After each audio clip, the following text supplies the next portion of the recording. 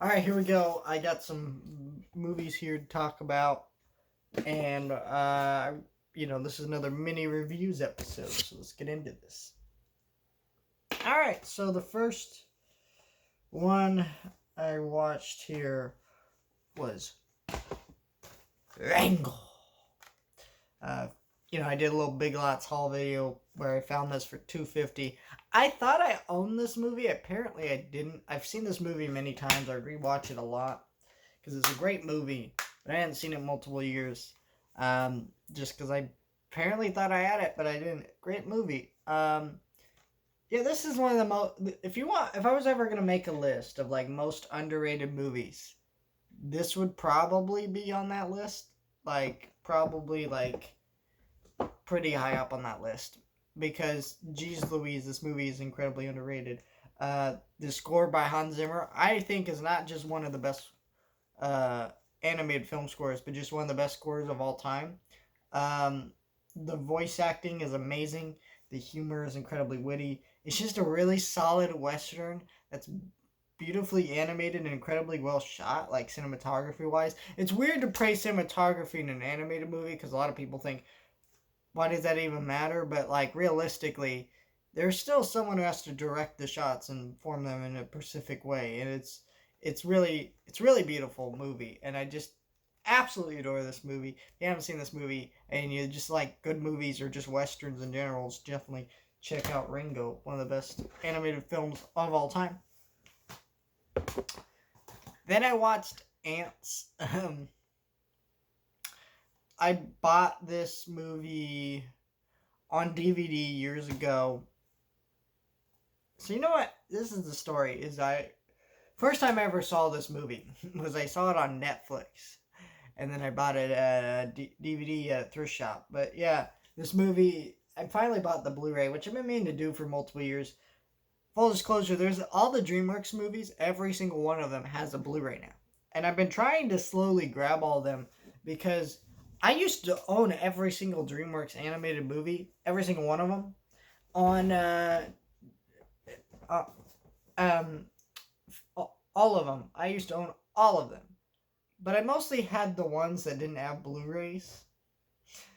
And so I got rid of all those DVDs because, well, the Blu-rays were on the way. And I never grabbed all of them on Blu-ray. And I've been slowly grabbing them.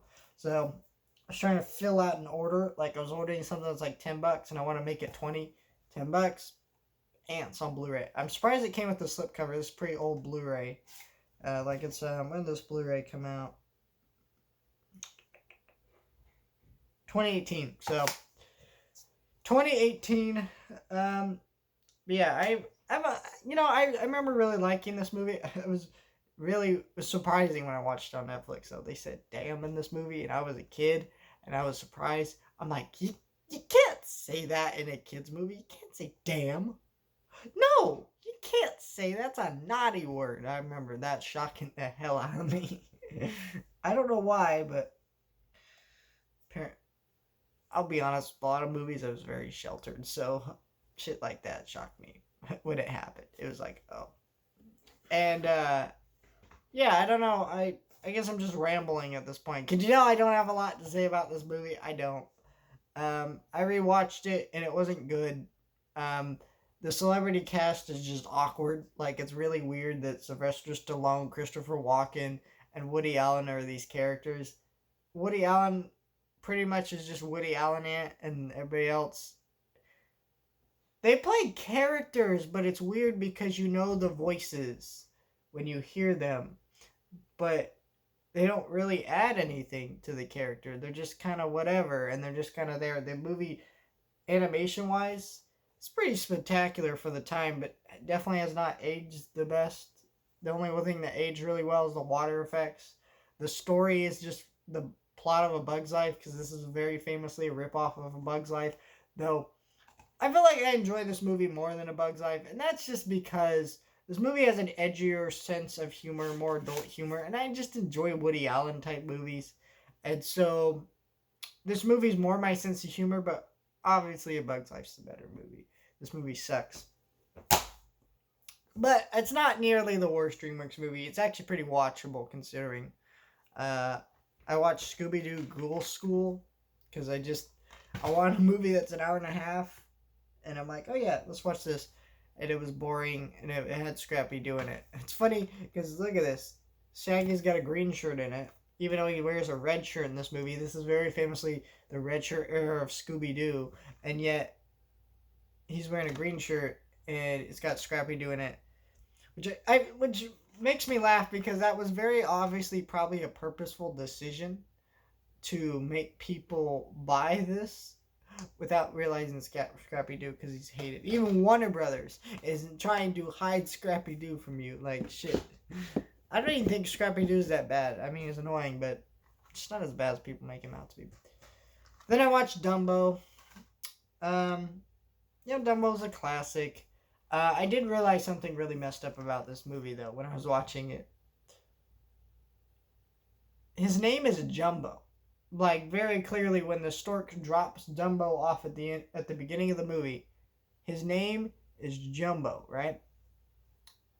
And then the other elephants call him Dumbo to make fun of him. So if you're calling this movie Dumbo, you are making fun of him.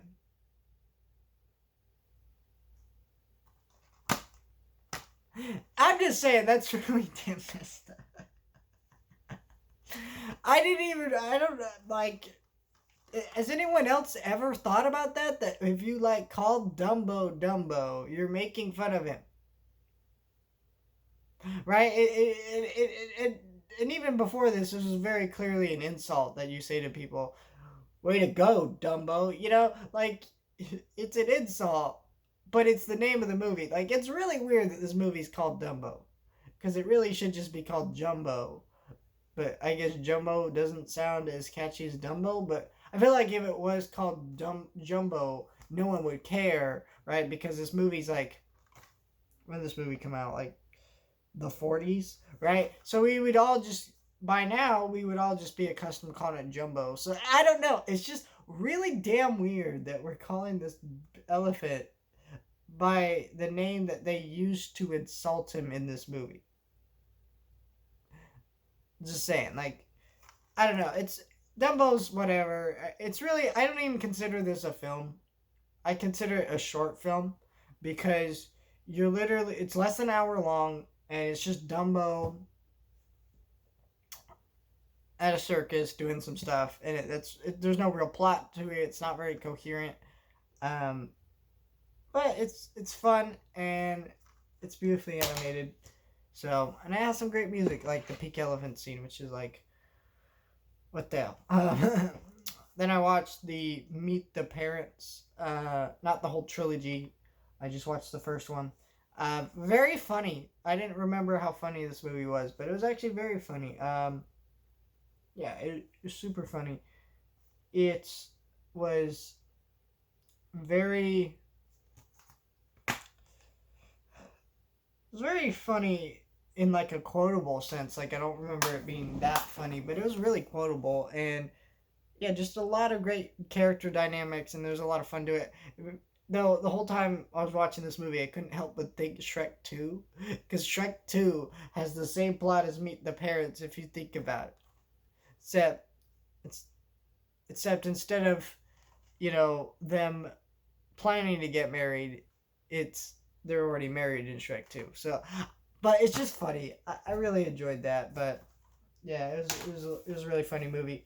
I started watching the other one before making this video. I'm gonna finish it, but yeah, I was not enjoying that as much as the first one. But I'm gonna watch that whole trilogy. Probably talk about it in these videos. But yeah, that's everything. I should have a review coming for Flea later today. Or tomorrow, whenever this video goes up. But yeah, like, share, and subscribe, and I'll see you guys next time.